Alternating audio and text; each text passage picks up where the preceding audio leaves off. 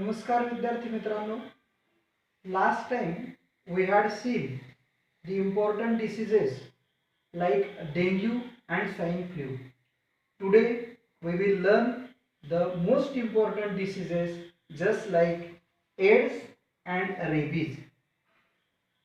मागच्या तासाला आपण डेंग्यू आणि स्वाइन फ्लू याच्याबद्दल माहिती घेतलेली. आज आपण एड्स आणि रेबीज या दोन रोगांबद्दल माहिती घेणार आहोत. आता हा जो एड्स रोग आहे याचं पूर्ण नाव आहे बघा, ॲक्वायर्ड इम्युनो डिफिशियन्सी सिंड्रोम. एचा ॲक्वायर्ड, आयचा इम्युनो, डीचा डिफिशियन्सी आणि एसचा सिंड्रोम, असं या एड्स या शब्दाचा हा लॉंग फॉर्म आहे. पण प्रत्येक वेळेला एवढा शब्द लिहिता यावा न म्हणून सोप्या रूपामध्ये थोडक्यात AIDS एड्स असं नाव त्याचं दिलेलं आहे. तर हा जो एड्स रोग आहे हा कशामुळे होतो? This AIDS disease is caused by HIV, human immunodeficiency virus. व्हायरसचं नाव आहे. या व्हायरसमुळे due to this virus this AIDS disease causes. या HIV मुळे हा एड्स हा रोग हा मनुष्याला, प्राण्यांना होत असतो. एड्स जेव्हा शब्द येईल तेव्हा तुमच्या डोक्यासमोर HIV शब्द आला पाहिजे. एड्स म्हणजे ॲक्वायर्ड इम्युनो डिफिशियन्सी सिंड्रोम, आणि तो कोणामुळे होतो तर तो HIV human immunodeficiency virus या विषाणूमुळे हा एड्स हा रोग होतो. Due to this disease, suppose any persons have causes the disease AIDS. When this AIDS disease causes that person, that victim, that person loses their natural immunity power.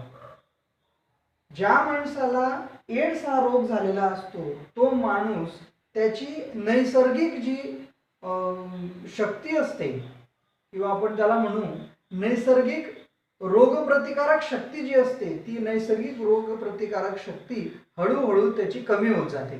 म्हणजे काय तर समजा एखाद्या निरोगी माणसाला ताप आला तर तो ताप 3 दिवसानंतर त्याचा चालला जातो. पण एड्स झालेल्या माणसाला जर ताप आला तर तो ताप त्याच्या शरीरावर कब्जा करून घेतो.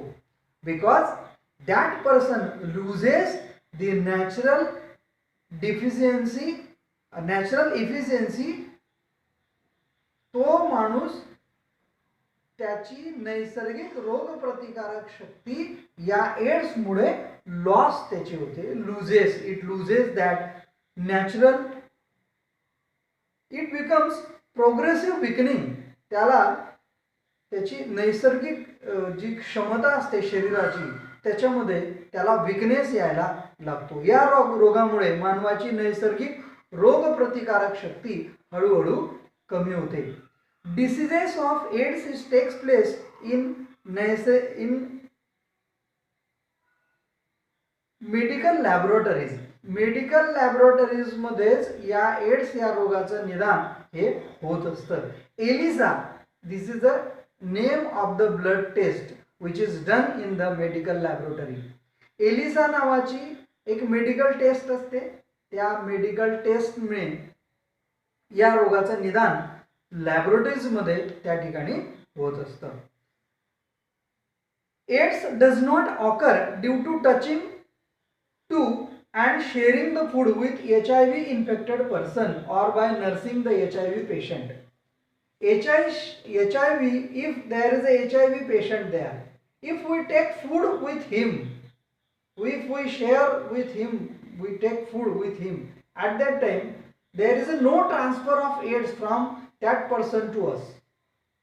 एखाद्या रोग्याला जर किंवा एखाद्या माणसाला जर एड्स झालेला असेल आणि त्याच्या संपर्कात जर आपण आलो, त्याच्या संपर्कात आपण जेवलो तर तेव्हा आपल्याला एड्स होणार नाही. किंवा एड्स झालेल्या माणसाची आपण सेवा शुश्रूषा केली तरी सुद्धा आपल्याला एड्स हा होणार नाही. If we touch that person, if suppose a victim has a AIDS, and if we touch that person, there is a no problem for us. There is a no transfer of AIDS from that person to us. जरी आम्ही त्या माणसाला touch केलं, जरी त्याच्याबरोबर जेवण केलं, त्याच्याबरोबर सहवास केला किंवा त्याची सेवा शुश्रूषा केली, नर्सिंग त्याच्याबरोबर केलं, तरी सुद्धा आम्हाला एड्स हा होणार नाही. Our behaviour with that HIV infect person must be normal. आमचं वर्तन, behaviour of us with that person must be normal. आमचं त्या पर्सन बरोबर बिहेवियर हे नॉर्मल असलं पाहिजे. सर्वसाधारणपणे दोन लोकांमध्ये जसा संबंध असतो, जसं ते बोलतात, एकमेकांच्या गप्पा शेअर करतात, तसं एड्स झालेल्या माणसाला सुद्धा आपण त्यांच्याशी बिहेवियर करताना नॉर्मल पद्धतीने बिहेवियर झालं पाहिजे. आता बघा, थोडक्यात 2-3 गोष्टी मी या ठिकाणी नमूद केल्या बघा. The most important disease is AIDS. His name is acquired immunodeficiency syndrome. This AIDS is caused by the HIV, means human immunodeficiency virus. When this virus is enter the human body, at that time that person loses its natural efficiency power, and so different types of diseases attack that person, and he becomes weak and weak and weak. The test of that AIDS is takes place. The name of that test is ELISA, which is blood test, and it takes place in the medical laboratory. In Pune, such laboratory is developed there. Also, some precautions we have to take for that patient. There is no effect on us when we touch the person who have the AIDS. If we take food with him, there is no effect on our body. If we nursing with him, at that time we can do not affect of our body by AIDS. Our behavior with that HIV person is just like a normal. विषाणू या व्यक्तीला जर आपण स्पर्श केल्याने किंवा सोबत जेवल्याने किंवा त्याच्याबरोबर आपण नर्सिंग केल्याने किंवा त्याची सेवा शुश्रूषा केल्याने आपल्याला एड्स होत नाही. जनरली जसं माणसांशी आपण व्यवहार करतो तसं एड्स झालेल्या माणसांशी आपण व्यवहार केला पाहिजे. अशा पद्धतीने हा एड्स हा रोग, महत्वाची गोष्ट म्हणजे की तो कोणत्या विषाणूमुळे होतो, तर त्या विषाणूचं नाव आहे ह्युमन इम्युनोडिफिशियन्सी व्हायरस. आणि एड्सचं फुल फॉर्म पण परीक्षेला विचारतात. मोठ्या मोठ्या परीक्षा ज्या असतात त्यांना त्यांच्यामध्ये सुद्धा हा फुल फॉर्म विचारलेला असतो, अक्वायर्ड इम्युनोडिफिशियन्सी सिंड्रोम. पुढचा जो रोग आहे आपला त्याचं नाव आहे रेबीज. नाव ऐकलं असेल तुम्ही. It is a viral diseases. हा सुद्धा विषाणूजन्य रोग आहे.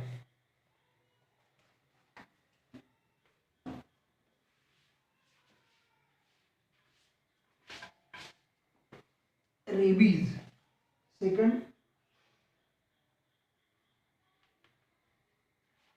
It is a viral disease. हा सुद्धा विषाणूजन्य रोग आहे. It occurs due to bite of monkey, cat, dog, also the rabbit. Rabbit म्हणजे ससा, डॉग म्हणजे कुत्रा, कॅट म्हणजे मांजर आणि मंकी म्हणजे माकड. When we have bite these any one of these animals, we have rabies. But at that time that monkey, that dog, that cat is affected by rabies. म्हणजे हा रोग संसर्ग झालेला कुत्रा, ससा, माकड किंवा मांजर हे प्राणी जर माणसाला चावले तर हा रेबीज नावाचा रोग त्या ठिकाणी होतो. Virus enters the brain via neurons. आपल्या कुत्रा चावल्यानंतर त्याचे जे विषाणू असतात ते विषाणू मज्जातंतूद्वारे आपल्या मेंदूमध्ये त्या ठिकाणी प्रवेश करतात. If that affected dog bytes that person. जर तो जो रोगी कुत्रा असेल आणि तो रोगी कुत्रा जर माणसाला चावला तर तो माणूस त्या ठिकाणी अफेक्टेड होतो आणि त्याला हायड्रोफोबिया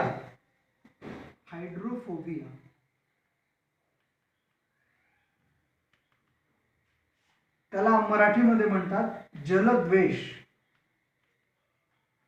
द्वेष म्हणजे तिरस्कार, जल म्हणजे पाणी, पाण्याचा त्याला तिरस्कार असतो. ज्या माणसाला रोग झालेला कुत्रा चावला त्या माणसाला हायड्रोफोबिया नावाचा रोग होतो, त्याला म्हणतात जलद्वेष.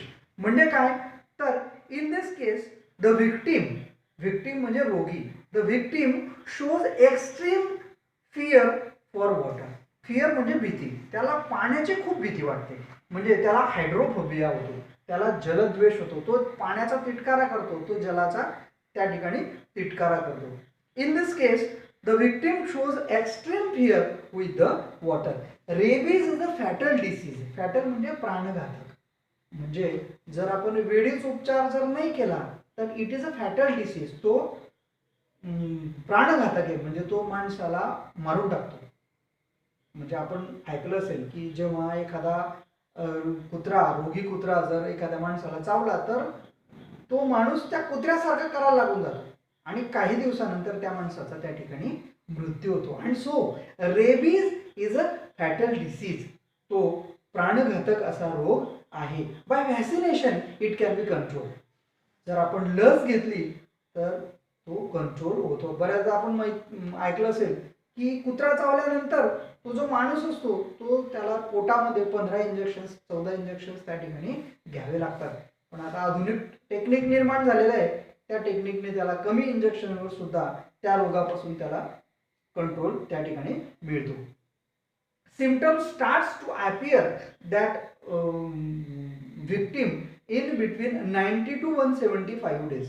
90 ते 175 दिवसांमध्ये त्या रोगाचे त्याला त्या ठिकाणी सिम्पटम्स हे दिसायला लागतात. कुत्रा चावल्यानंतर या आजाराचे लक्षणं 90 ते 175 दिवसांमध्ये त्या ठिकाणी दिसायला लागतात. बघा काय सांगितलं मी, rabies is another important diseases.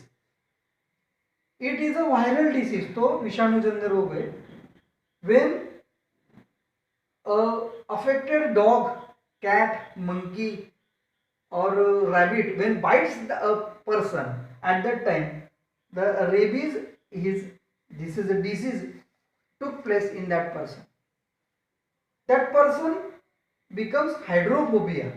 त्या माणसाला जलद्वेष हा रोग होतो.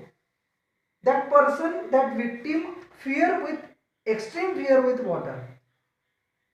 ज्याला कुत्रा चावला असेल किंवा माकड चावला असेल, अफेक्टेड माकड चावला असेल, त्याला हायड्रोफोबिया नावाचा रोग होतो. हायड्रोफोबिया म्हणजे जलद्वेष. पाण्याची त्याला भीती वाटते. It is extreme fear from water. हा जो हायड्रोफोबिया रोग आहे, हा रोग पाण्याची त्याला भीती वाटते, त्याला जलद्वेष असं म्हणतात. बाय व्हॅक्सिनेशन, जर आपण लसीकरण केलं तर या रोगापासून आपण मुक्तता करू शकतो, आपण त्याला कंट्रोलमध्ये आणू शकतो. साधारणपणे the symptoms of that rabies is comes in between 75 to 175, 90 to 175 days. एखाद्या अफेक्टेड डॉग जर एखाद्या माणसाला चावला तर त्याचे सिम्पटम्स, त्याची लक्षणं ही 15 ते 90 ते 175 दिवसांमध्ये त्या ठिकाणी पाहायला मिळतात. अशा पद्धतीने आपण मागच्या 2-3 तासांमध्ये इन्फेक्शियस डिसीजेस बघितले.